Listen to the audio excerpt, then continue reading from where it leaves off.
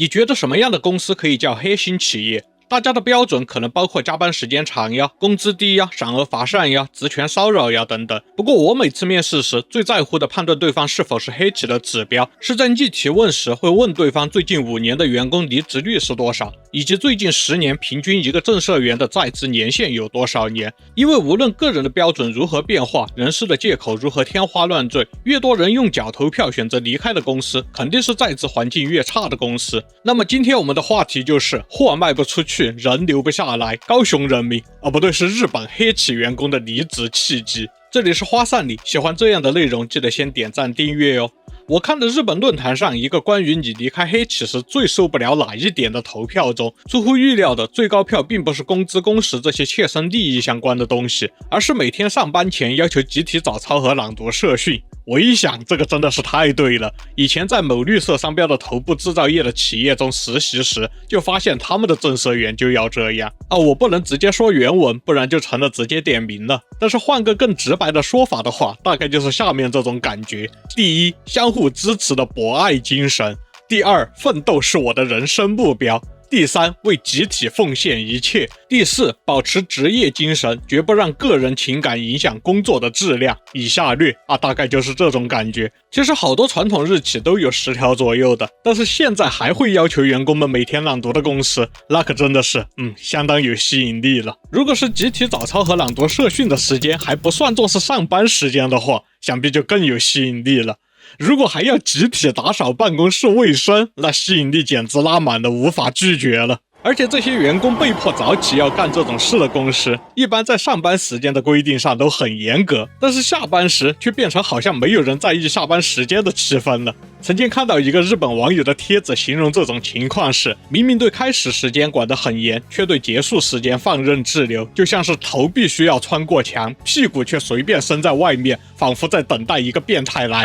跟这个类似的还有一款并非高票但是被很多人提起的原因，那就是办公室里的黑心海报。以前我在日本2战时期宣传 slogan 的视频里也引用了几个经典的当代日本黑心企业的口号，黑心海报上一般就是这种口号了，比如不知道是谁的责任的时候就是自己的责任，不要抱怨人手设备预算的不足，发挥智慧这是员工的工作。你是否太习惯于把责任归咎于环境，而忘记了在突破中提升自我这些光是念出来都让我感到不适的海报口号贴在办公室里，确实是会让人想要辞职吧。还有一个非高赞的理由是，每天到公司停车场都看到大量的老旧破车，老板以及议员们的几辆贵到不可思议的豪车在其中格格不入，而且他们经常换车。总之就是看到之后感觉这地方完全不愿意给普通员工提升待遇，剥削来的收益却被议员们用在这种完全是浪费钱的地方。才刚到公司楼下就感觉自己的心已经死了。然后有人回复这层楼说，这不就是日本这个社会的缩影吗？我也好想从名为日本的公司辞职呀。然后高票高赞理由方面，就如同大家所想的，主要是无偿加班的问题。最多人抱怨的情况是，每个月固定加班费45个小时，加上上司习惯性的在临下班之前布置第二天早上要交的新任务，再加上存在非打卡加班的时间讲道理光是听听都感觉头皮发麻了。以前的固定加班费是给涉外营业呀、开发者呀、管理者呀这些难以明确固定工作时间的员工们设计的制度，现在就45小时固定加班费好像已经成了无偿加班的代名词了。超过45小时的加班费也不会给，甚至有些人反映是申请了也会被驳回问就是你本应该在工作时间内完成安排的工作，做不完是你的能力不足，但是既然你无偿加班做了，公司可以睁一只眼闭一只眼，不然的话就必须考虑你是否有尽职能力了。我一个学长就在这样的环境中，他那个工资确实是高得很离谱，但是一起散步时他的口头禅就是除了想辞职就是想死。现在他似乎正在努力找降薪跳槽的机会，也可以算是因为这个理由而离职的黑企员工之一了吧。但是他好歹工资真的很高，一般的签了45小时固定加班费的几年工作经验的上班族，可能连他的收入一半都不到，遇上了黑心企业又要下班前下任务，又要强迫无偿加班的，那是真不可能坚持得了多久，肯定会迅速跑路的吧。说起来我接下来的公司也是有45小时固定加班费，虽然 Open Upwork 上都有上千条数据了，平均月加班时长还在10到20个小时之间，应该不至于太辛苦。但是看到这个45小时固定加班费，我就心里发怵。顺带一提，无偿加班的日语叫サービス残業，这个サービス让我来翻译的话，我绝对会翻译成奉献。你想想这个语境，你也不知道自己的付出给了谁，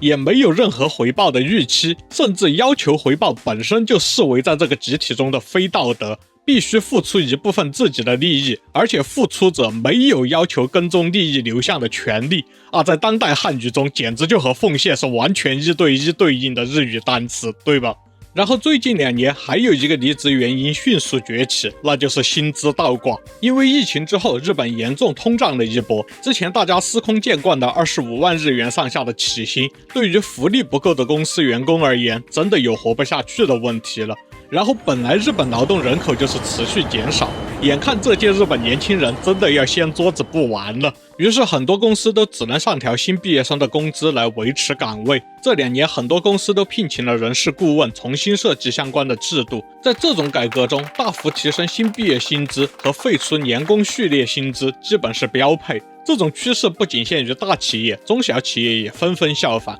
结果现在很多公司内部都出现了奇葩的中层员工的工资反而不如新员工的倒挂现象，经常是带新人的老人工资比他所带的那个新人还要低。而且工资代表着公司的投入，公司给新人投入更多，就想要从他那里得到更多，自然就需要让他承担更多的责任。然后很多工作3-5年的人表示，妈的，升职加薪的机会也被这群刚毕业1-2年的人给抢了，事已至此，只能辞职了。而这正好就是离职原因的另一个高赞回答：公司中缺乏中坚力量。日本大部分打工人心里都明白，年轻人和老人多少有点有恃无恐，他们的辞职率波动大是很正常的，未必说明公司黑。但是如果一个公司中30-40岁的人极度缺乏，那就会让员工有所警惕了，因为这些人大多已经结婚生子了，有家庭的责任和压力，他们辞职前肯定是再三深思熟虑过，要做好的万全准备之后才会下定决心。所以很多年轻社员都是发现公司里缺乏中坚员工之后，知道自己也不能当这个出头鸟，而选择了趁早迅速辞职。类似的年轻人离职原因，还有公司跳槽招聘启事上出现了明显的黑企招聘特征。日本新毕业生招聘和跳槽招聘几乎可以说是完全不同的体系，所以通过新毕业生招聘入职的年轻人会观察转职招聘的情况，决定要不要离职。刚开始工作的他们自己也没有什么程度算心照不宣，什么情况是真正的黑企的认识，所以就从自己暂时最拿手的应聘来收集信息。什么样的招聘信息可能透露出公司是个黑企呢？可以看我之前做的日本黑企招聘启事的视频。总之像是员工关系良好呀，少数精锐呀，无经验者大欢迎呀，周休2日制呀，同一个职位薪资跨度特别大呀， at home 文化呀，这些出现了多个的话，那有些年轻社员就会打算离职重启职业道路了。这里顺便跟大家讲一个日本职场冷笑话，你知道黑心企业和新干线有什么共同点吗？答案就是他们会从你手上拿走很多钱，却把光和希望写在脑门上。前几年某个绿色互联网大厂貌似就出现了这种情况，因为公司风格突然巨变，从一个普通的知名独角兽公司文化变成了非常